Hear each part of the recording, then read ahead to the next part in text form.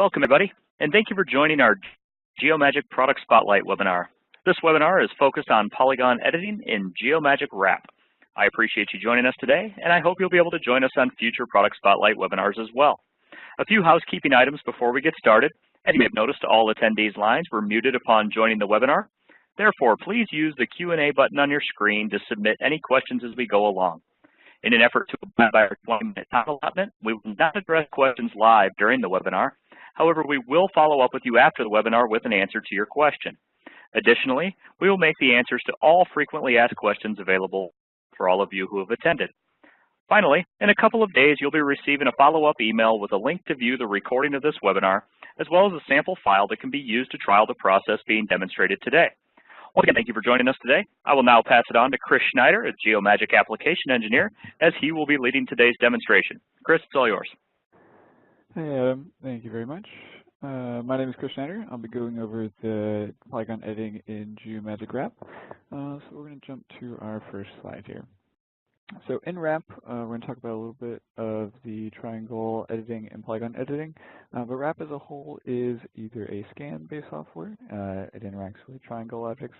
And the purpose of using Wrap usually is to clean up a scan, make a STL file watertight, or create a solid model from a scan geometry. So today we're going to be talking about a little bit of the selection methods and selection things we can do in Wrap to make things a little bit easier. We're going to talk a little bit about fixing the underlying triangle object itself, and then we're going to talk a little bit about modifying the triangles after we fix them. So on the selection side of things, there's a couple interesting things we can do in Wrap with selection sets and selection objects. Wrap is a object-oriented software, so we can work with things in pieces, take them apart, and put them back together very easily, especially when it comes to Polygon editing, where there might be a little bit of noise, or it might be easier for us to highlight certain parts of the mesh and then do some things to it. After that, we're going to talk a little bit about fixing the Polygon object itself. We have a couple nice tools here that work very quickly and very easily to go through and fix up the entire model at one time, or use specific tools to clean up portions of the model. We're going to talk about Mesh Doctor, which is an optimized tool to fix the underlying mesh object for surfacing as well, and that's something that we kind of always use. After that, we're going to talk a little bit about modifying the triangles themselves, either if we want to do some editing for feature fitting, or we just want to create a nice smooth object for surfacing later. So that's going to be the overview. So we're going to hop right into Wrap here. So we have an object here ready for us to go. We have scanned this object. We missed a couple portions here.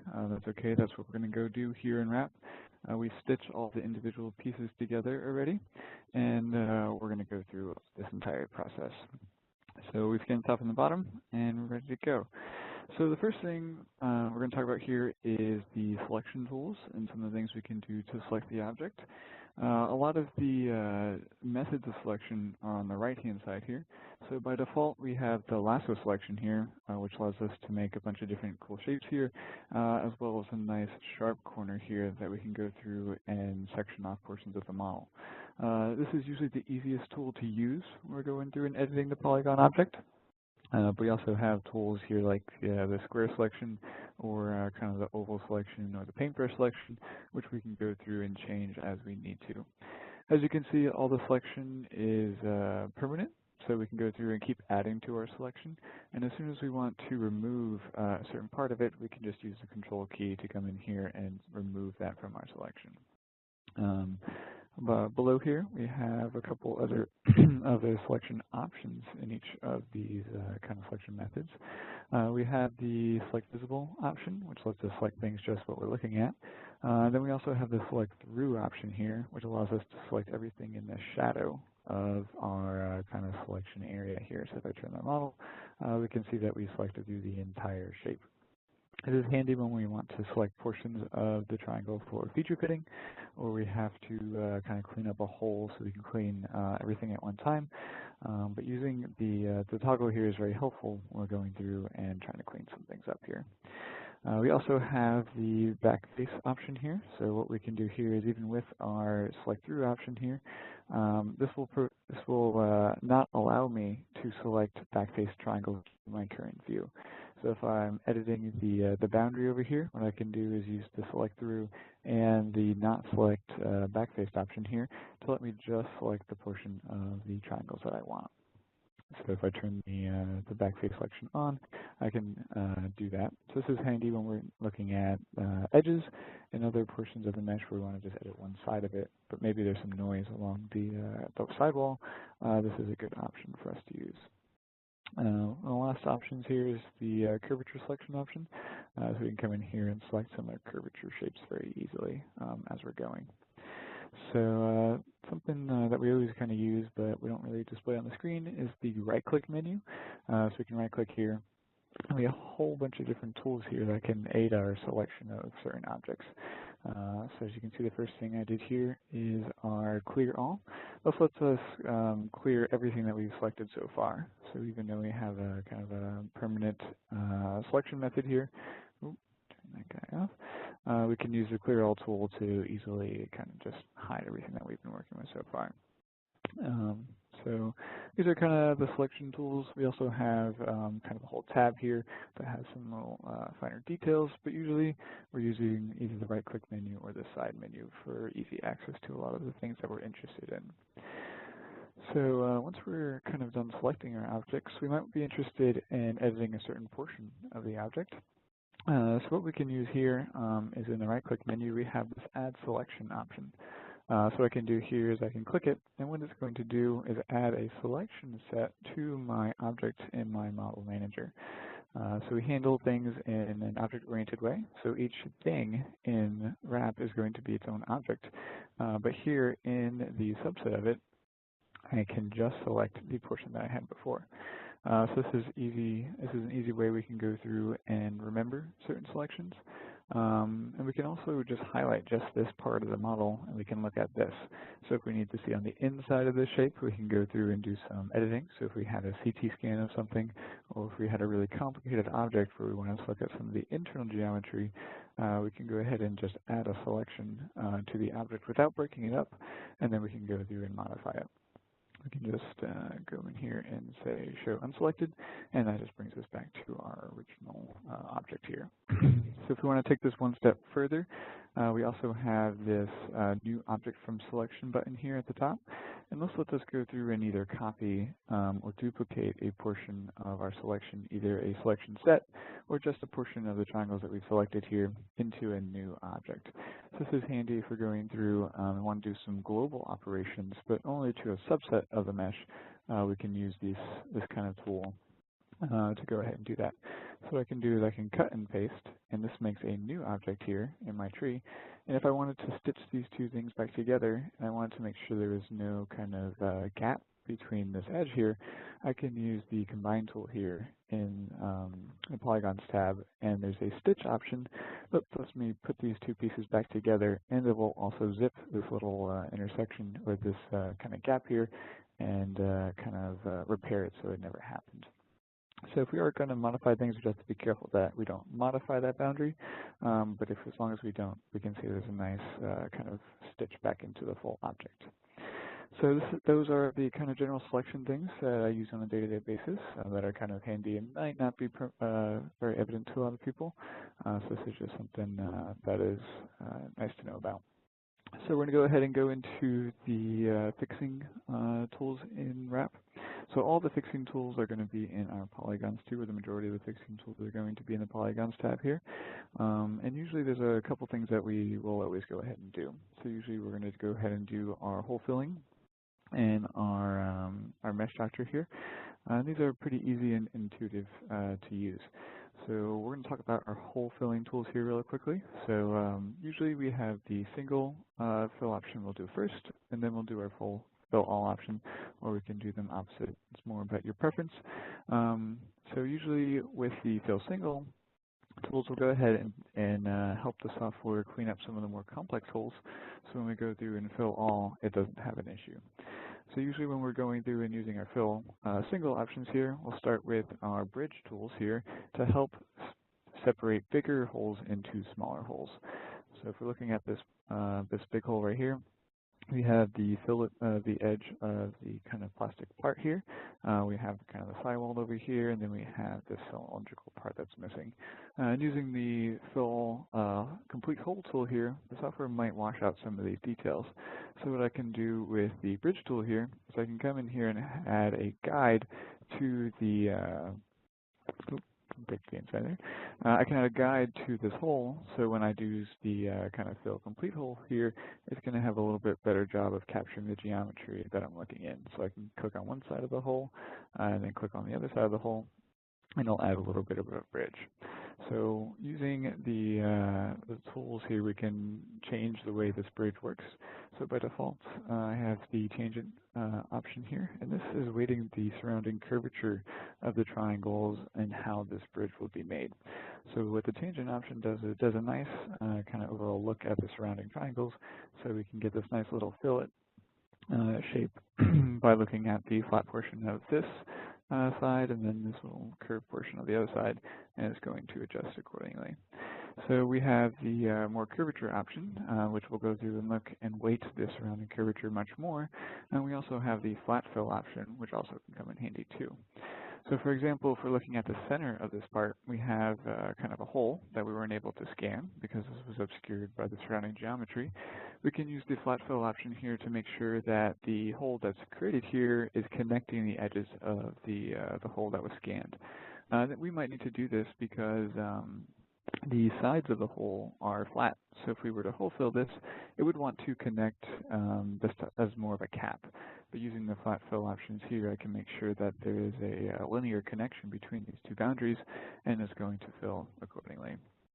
So once we kind of get all of our bridges sorted out, we can use the complete hole fill tool to go ahead and fill in the rest of the geometry.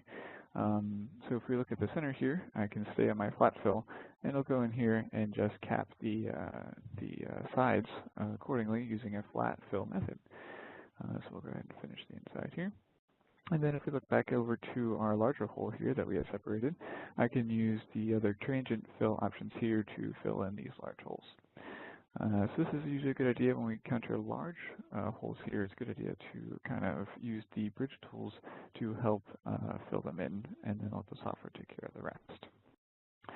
So once we're done using our single fill, we still have a bunch of tools or holes here that we might not want to go into by hand, so we can just use our fill tool, and that'll go through and cap all of the holes at one time.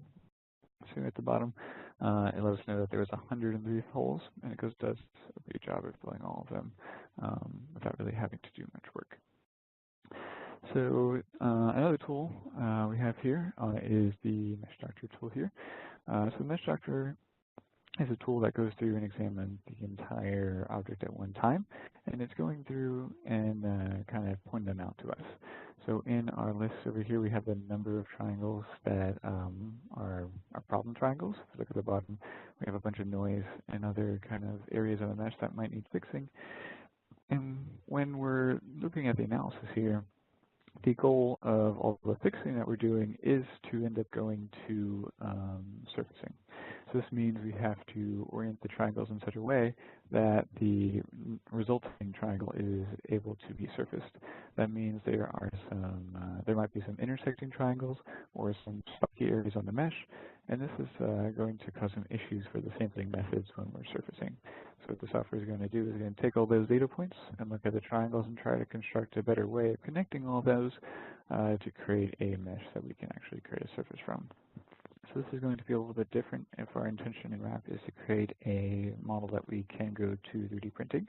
But we might be able to use this model without having to worry about all the spikes or some of those really high degree triangles.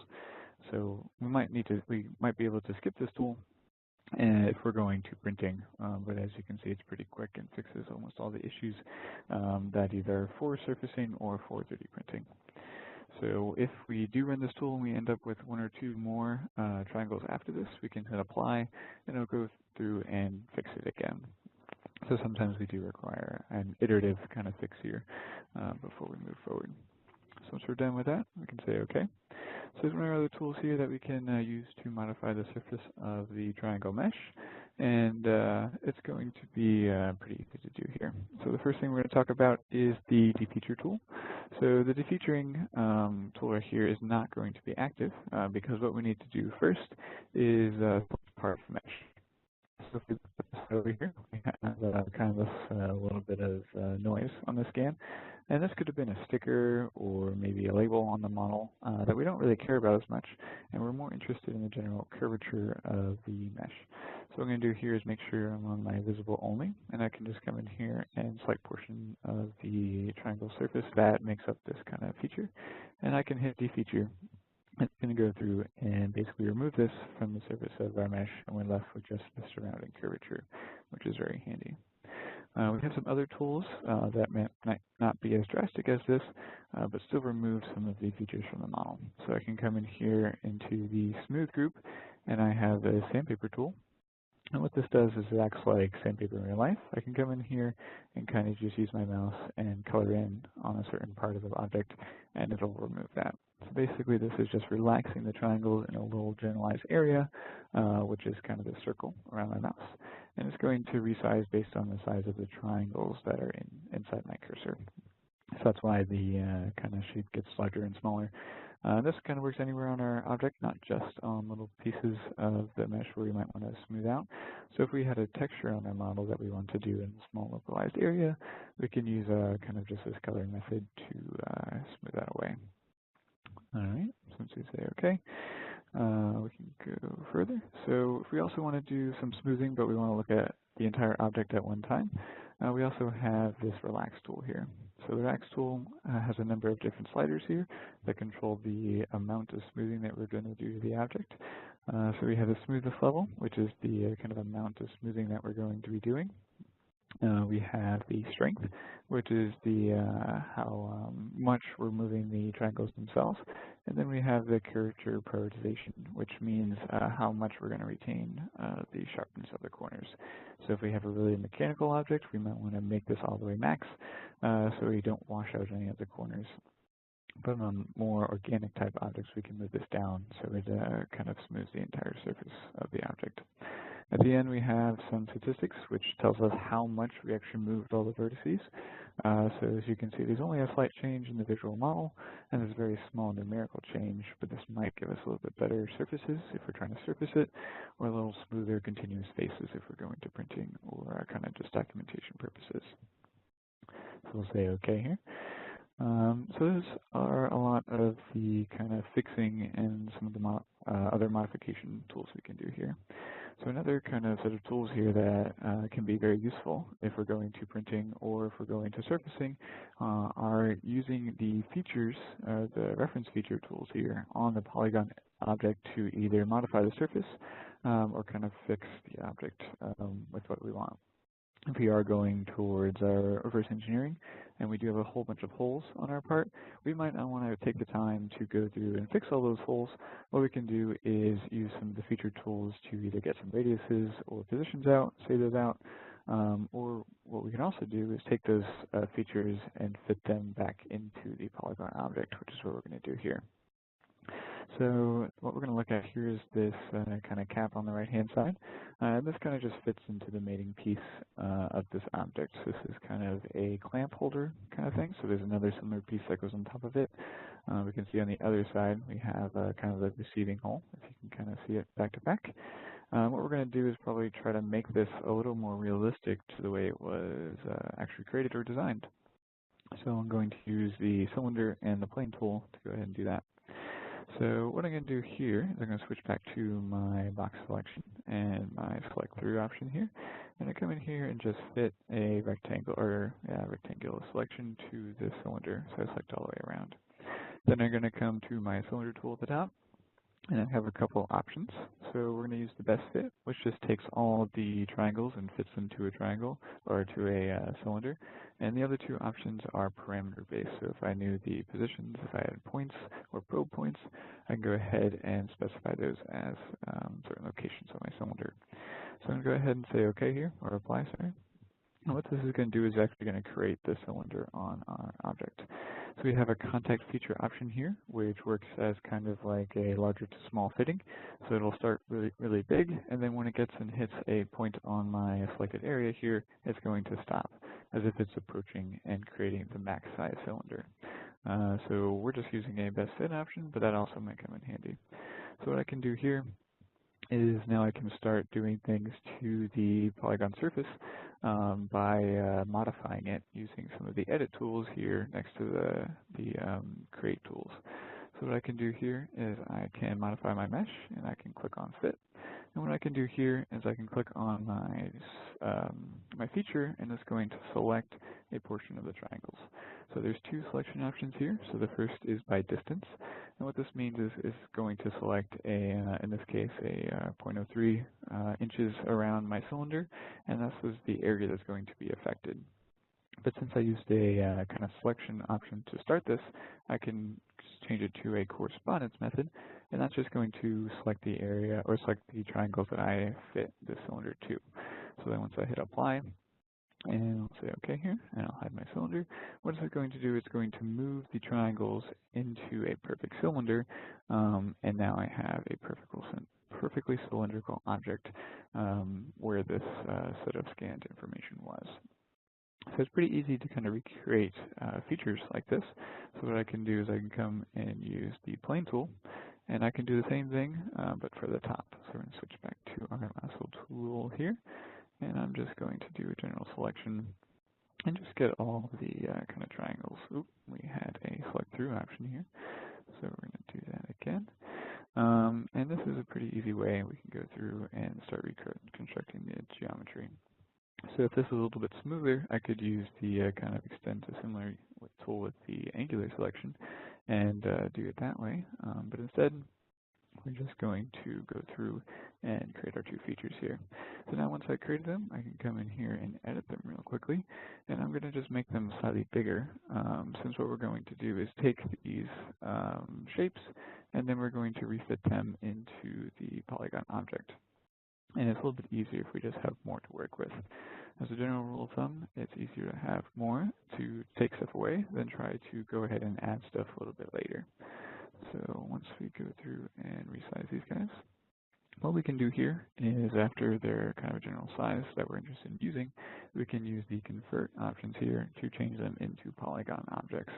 So this lets us work with them as triangles rather than these reference geometry. So we can go ahead and just save these out as references, or and take them into CAD, or we can go through and just work with them here.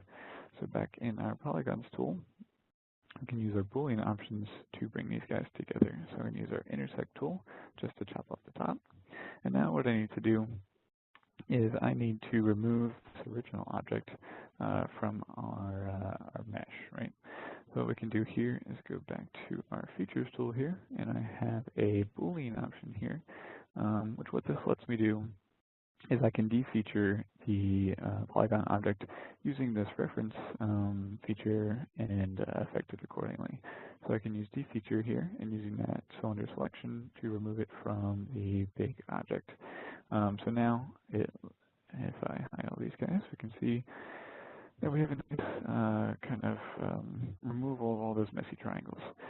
And now that I went ahead and rebuilt it, I can just merge the two pieces back together. So if I come in here and Boolean union and apply, this goes ahead and adds these this little cap into my big polygon object. So if you see, we have these two red lines, and these are boundaries.